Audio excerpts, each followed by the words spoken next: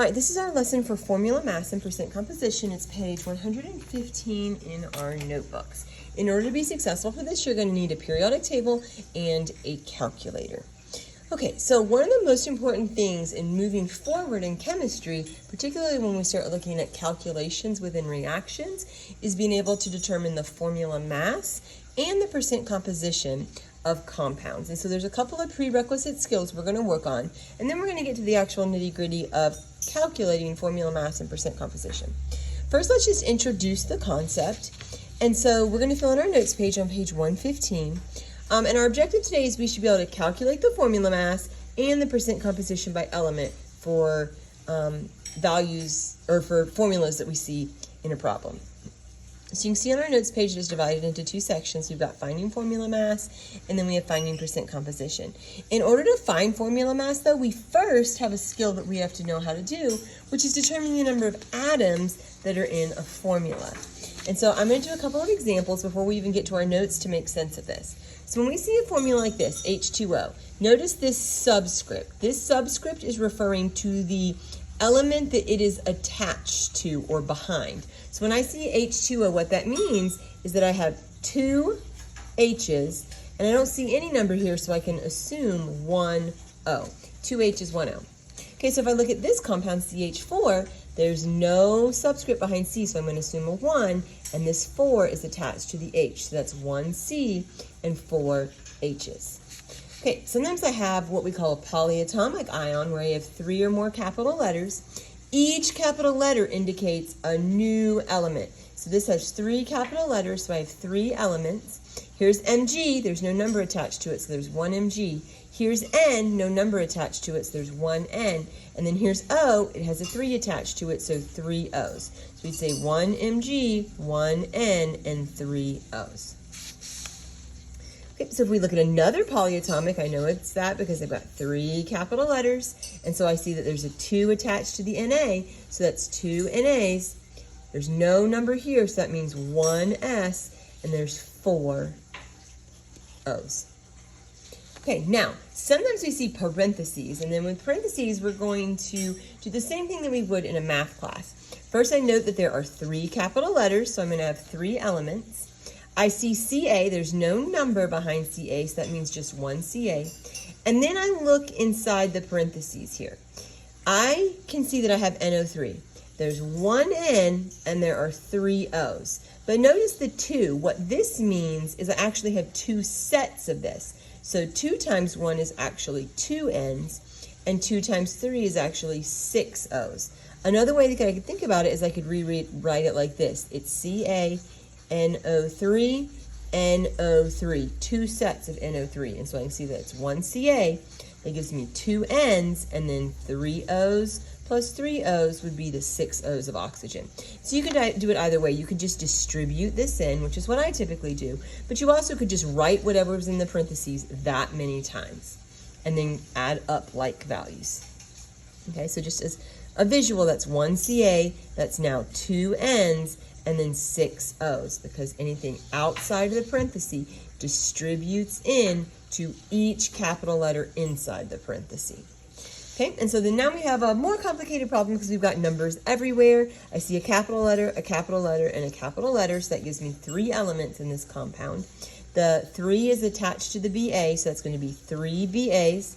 I see a PO4, so I'm going to go ahead and count how many of each. That's 1 and 4, but then I've got to multiply those numbers by 2.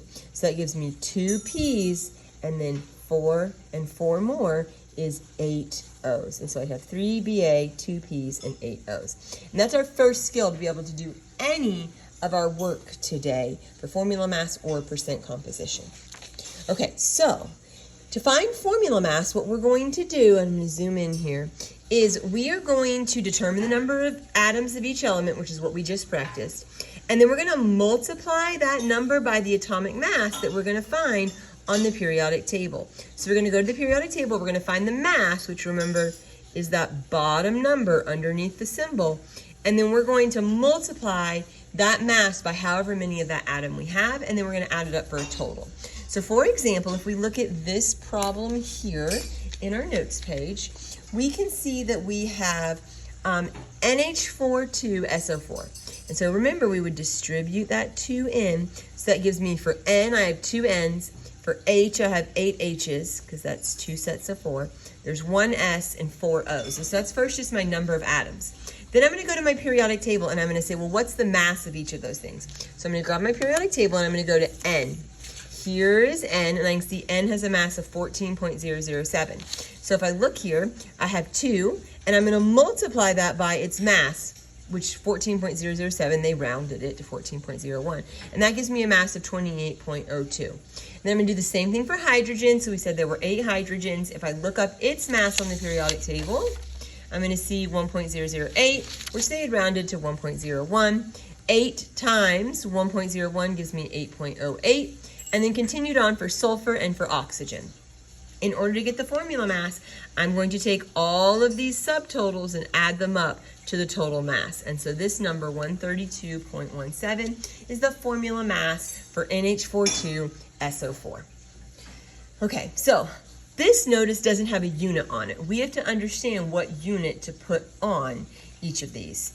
And that unit is going to be dependent upon whether we're finding formula mass or molar mass. Formula mass is the mass for just one of these. If I had just one set of NH42SO4, then I would find the mass of that set. And so the unit that we would put on that is AMU. AMU stands for atomic mass unit, and that's the unit that we give to atoms because atoms are so tiny they can't be measured in anything else. And so the atomic mass unit or the mass of one set of NH42SO4 is 132.17 AMU if it's just one unit of that. However, in chemistry, we never work with one unit because we can't really isolate one atom of that, particularly not in a high school chemistry class. So we usually work on what we call molar mass. Molar mass is the mass of 1 mole of molecules. Now, a mole is a special word in chemistry. We're going to learn a lot more about it in coming units, but I just want you to think about it as a grouping. Kind of like if we say there's a dozen chocolate chip cookies, or we might say that there are a trio of singers. That dozen or trio refers to a specific number. In chemistry, the number that we use is something called a mole. And a mole is a lab useful amount. It's a particular number of atoms. It's a lot of atoms, 6.022 times 10 to the 23rd atoms of something or molecules of it.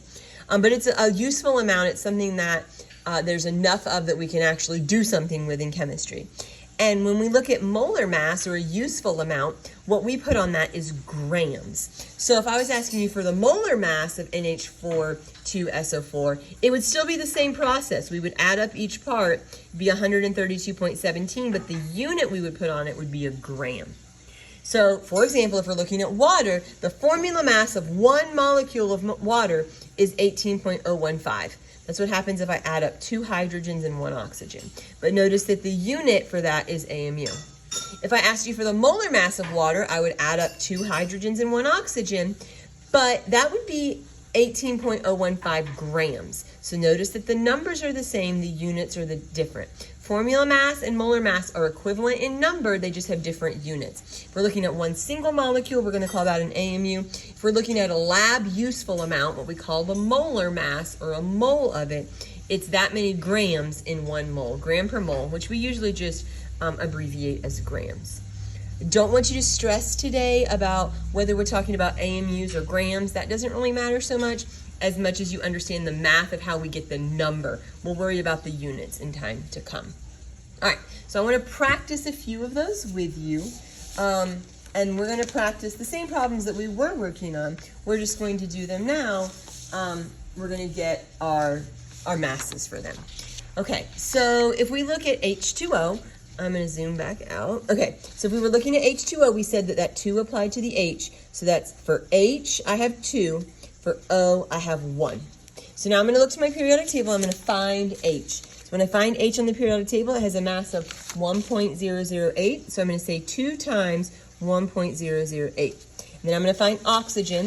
Oxygen has a mass of 15.999. So 1 times 15.999. So I'm going to do each of those in my calculator. So when I take 2 times 1.008, I'm going to get 2.016. When I take 1 times 15.999, I'm going to get 15.999. And then I'm just going to add those two values up. So 2.016 plus 15.999 gives me 18.015. 18.015, which is the mass for water. If it was one single unit of water, it would be 18.015 AMU. But if it was a molar mass of water, which is what we typically are going to use, then it would be 18.015 grams. Okay, so now let's do CH4. If we look at CH4 for C, we have C because there's a capital letter, and H because there's a capital letter. So C and I have H. I have 1 C and 4 H's. I'm going to go to my periodic table. I'm going to find C. C has a mass of 12.01. So I say 1 times 12.011. H has a mass of 1.008. And so I'm going to multiply those. That's going to be 1 times 12.011 is 12.011. 4 times 1.008 is 4.032. Do that in my head, so I hope I'm right. We're just going to add those values together, and so when I add those values together, I'm going to get 16.043 as my mass for CH4. Okay, and so I just continue that on for each of them. If I look at MgSO4, capital letter, capital letter, capital letter. So I have Mg, I have N, I have O. I have 1 Mg, 1 N, and 3 O's. The mass of Mg on my periodic table is 24.305. The mass of N on my periodic table is 14.007. And the mass of O is 15.999. I'm going to do each of those values. So 1 times 24.03, 1 times 14.007. And then I'm going to take 15.999 and multiply it by 3. I get 47.997. And I'm just going to add all of those values together.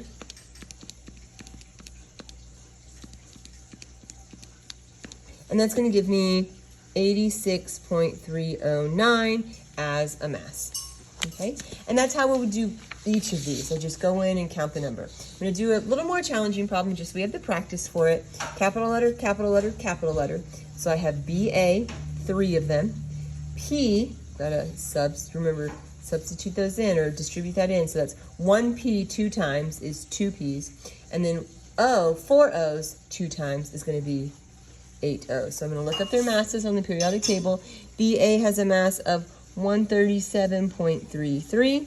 P has a mass of 30.974. And O has a mass of 15.999. And so I would do subtotals for each of those. Okay, so 3 times 137.33 is going to give me 411.99. 2 times 30.974